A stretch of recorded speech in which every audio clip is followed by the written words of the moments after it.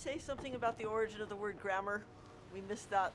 Well, it's etymologically related to the word magic or magician, and one of its cognates as well, I believe, is the word glamour. So, magic, magician, glamour are the root fires at the base of the word grammar, which we look at as an undistinguished, boring activity conducted by English professors without a mature sex life. And what we're actually learning is a quintillion, named after a Roman rhetor, orator, quintillion, because it's anti-iconic. It's the Protestant version of grammar that's anti-iconic and therefore verbally based and subplotted with iota subscript and all this stuff on the board, main clause, subordinate clause, etc. That's the way we get it. The way the Catholics used to get grammar, I don't know if they still do, I hope so, was through Pliny, who was also a Roman orator, who recommended that the memory of pictures is so much stronger than the memory of words. Now, Quintilian's is based on words. Pliny's is based on pictures. And so what they have is large icons of things like witches with the pronouns and rings all across their fingers, perhaps on skulls, but I'm mythically inflating the allegory here.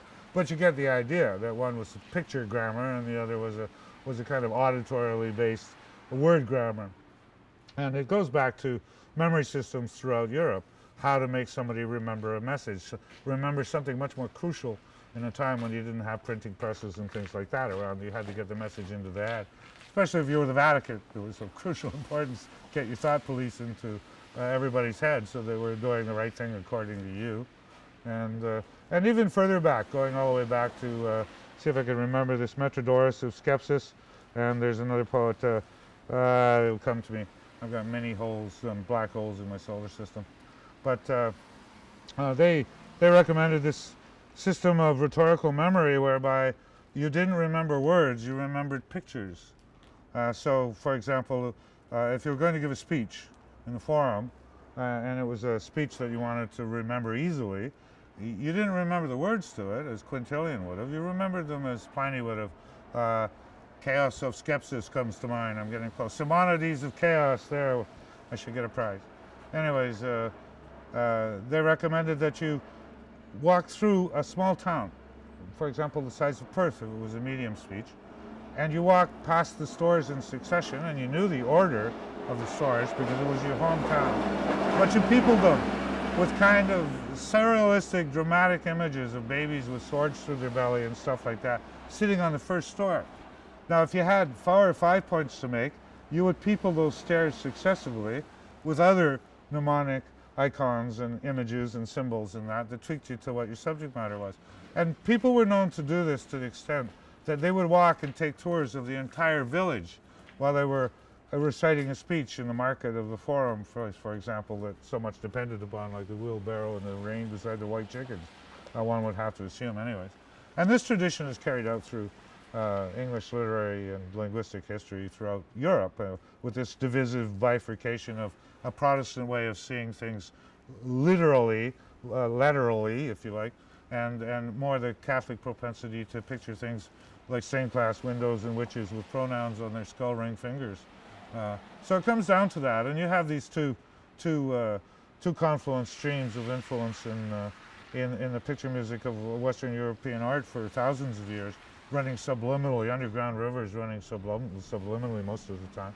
But it's possible to recoup that kind of pictorial dream grammar, akin to pictographic and pictoglyphic languages. I'm thinking of Pound's Fenellosa manuscript, and I'm thinking of Egyptians and stuff like this, where symbols are placed in the field, and you're allowed to play with the nuances of them, the suggestibility of them, the kind of living ambivalence of what things mean, which I think is more accurate than saying this is that, and not having anything to really back it up. And finally, you get down to the fact that a magician, one would have to assume, was in possession of very occult, esoteric, arcane knowledge that was repeated in ritual magic rituals and circles and stuff that have to be precisely enacted, at least in terms of the rituality of the exercise, for it to be effective at all. And because there's a principle of democratization in the world whereby the rich people who drank coffee 100 years ago now have it being mobbed by the lumpen proletariat in big bags of Colombian at the Super Bowl. It's been democratized as the coffee of the masses. In a similar way, occult knowledge disseminates out through the openness of just and the turmoil of mass enculturation. So magic has become the grammar that we know today, and we write in when we write a poem. We're actually magicians pronouncing and enacting magical spells in all kinds of tree rings and crop circles in our poetry. And I think it's wonderful, and it's totally in keeping with tradition and the individual talent. The end. There, have I explained it adequately? I'm not going to, I'll walk away from this, I sure will, brother, with joy in my heart. I want to give you this last poem, Andrea. Huh? A little maraschino crumpled piece of white snow. A little snowflake from Canada. Huh?